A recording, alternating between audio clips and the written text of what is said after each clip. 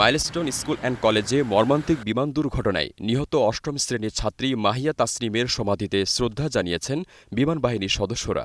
শুক্রবার দুপুরে মেহেরপুরে মুজিবনগরের জয়পুর গ্রামে মাহিয়া তাসনিমের কবরে শ্রদ্ধা জানানোর পর পরিবারের সদস্যদের প্রতি সমবেদনাও জানান তারা।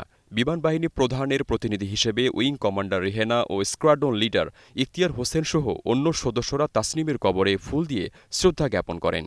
শ্রদ্ধা জ্ঞাপন শেষে মাহিয়া তাসনিমের নানা নজরুল ইসলাম জানান, বিমান বাহিনীর পক্ষ থেকে সার্বিক সহযোগিতার আশ্বাস দেওয়া হয়েছে। আবার মাহিয়া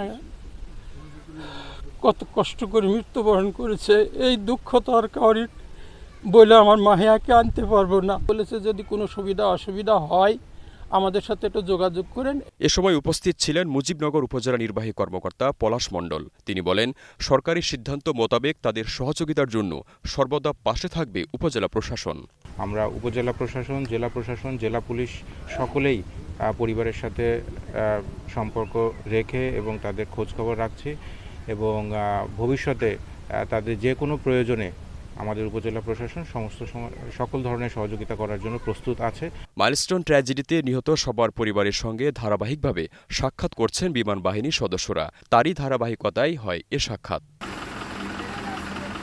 জাহিদুল ইসলাম রনি, স্টার নিউজ।